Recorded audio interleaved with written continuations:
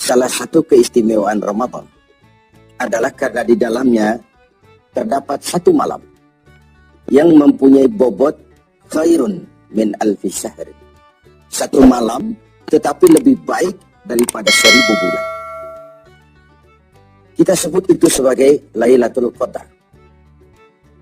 Kapan sih Lailatul Qadar itu? Dan bagaimana kita harus menyikapinya?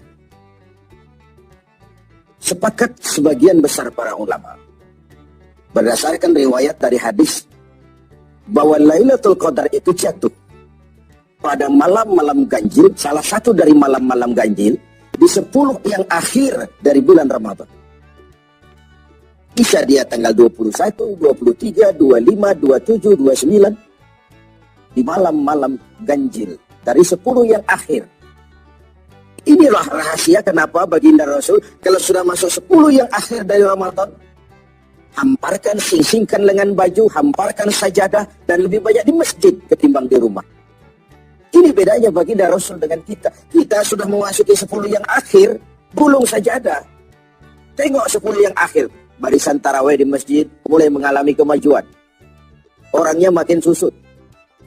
Sudah berpikir mudik, sudah berpikir beli pakaian baru, sepatu baru, baju buat anak, oleh-oleh buat orang tua, sehingga konsentrasi ibadah buyar. 10 yang akhir Rasulullah sing-singkan lengan baju, hamparkan sajadah, lebih banyak di masjid ketimbang di rumah. Nah, mereka tentu yang ingin mendapatkan Lailatul Qadar, menemukan Lailatul Qadar, harus sudah berniat dan berjaga-jaga sejak awal Ramadan. Jadi tidak bisa pakai ilmu untung-untungan. 20 Ramadan tidak tarawih, 21 berangkat ke masjid, 22 libur lagi, 23 masuk. Kenapa? Oh, ini malam ganjil. Tidak seperti itu moralitasnya. Dia berjaga-jaga sejak awal Ramadan untuk mendapatkan Lailatul Qadar ini. Bagaimana kita harus menyikapi Lailatul Qadar ini? Tentu kita harus melihatnya dari sisi betapa rahman dan rahimnya Allah itu. Maha kasih, maha penyayang, maha pengampun, maha menerima taubat. Umat-umat terdahulu sebelum kita diberikan umur yang relatif panjang. Nabi Adam 2000 tahun. Nabi Nuh 950 tahun.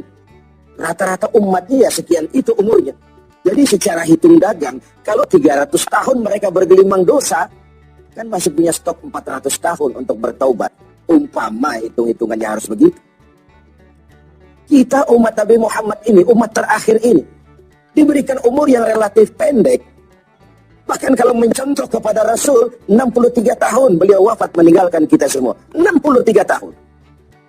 Taruhlah kita seperti itu. Kalau 40 tahun kita bergelimang dosa, sisa umur cuma 33 tahun, ditebus dengan taubat seperti itu, kan belum seimbang neracanya.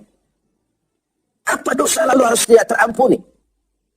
Apa tidak ada peluang untuk melakukan pemutihan terhadap seluruh kesalahan yang pernah kita lakukan? Dari sisi inilah kita melihat makna Lailatul Qadar.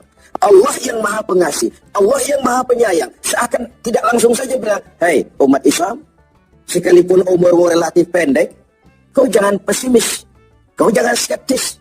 Sekalipun begitu banyak kesalahan kau lakukan, dosa kau tumpuk, dan umurmu relatif pendek, jangan sedih. Aku berikan kepadamu waktu dan tempat yang punya nilai spesifik. Waktu dan tempat yang punya nilai istimewa. Tugasmu memanfaatkan peluang yang diberikan itu. Itu sebabnya ada penggandaan nilai pahala. Sholat berjamaah pahalanya 27 kali lipat daripada sholat sendiri. Beribadah di hari Jumat mendapat tambahan pahala. Sholat di Masjidil Haram di Mekah 100.000 kali pahalanya ketimbang di masjid-masjid biasa. Itu tidak lalu berarti sudah sholat di sana lalu berhenti lagi sholat di mana-mana karena merasa sudah banyak stok, sudah punya banyak devisa. Bukan itu pengertiannya. Ada ruang dan waktu yang punya nilai istimewa. Kalau kita pandai memanfaatkannya, maka nilai lipat kelipatan dari ibadah kita itu diberikan oleh Allah Subhanahu wa Ta'ala. Itulah sebabnya Allah menyediakan ada bulan istimewa Ramadan, ada hari istimewa Jumat, Ada waktu istimewa, sepertiga malam yang akhir.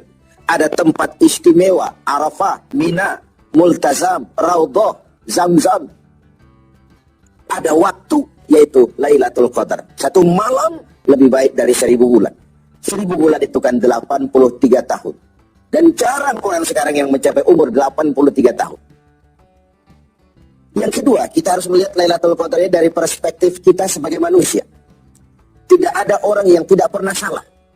Sengaja atau tidak, kecil atau besar, khilaf atau terpaksa, setiap kita mesti pernah melakukan kesalahan. Iya kepada sesama manusia, iya juga kepada Allah. Salah kita kepada Allah, kita bertobat langsung kepadanya. Sampai-sampai di hadis kursi dikatakan, "Lau amiltumul khataya hatta mala'atis sama, thumma nadimtum fataballahu alaikum."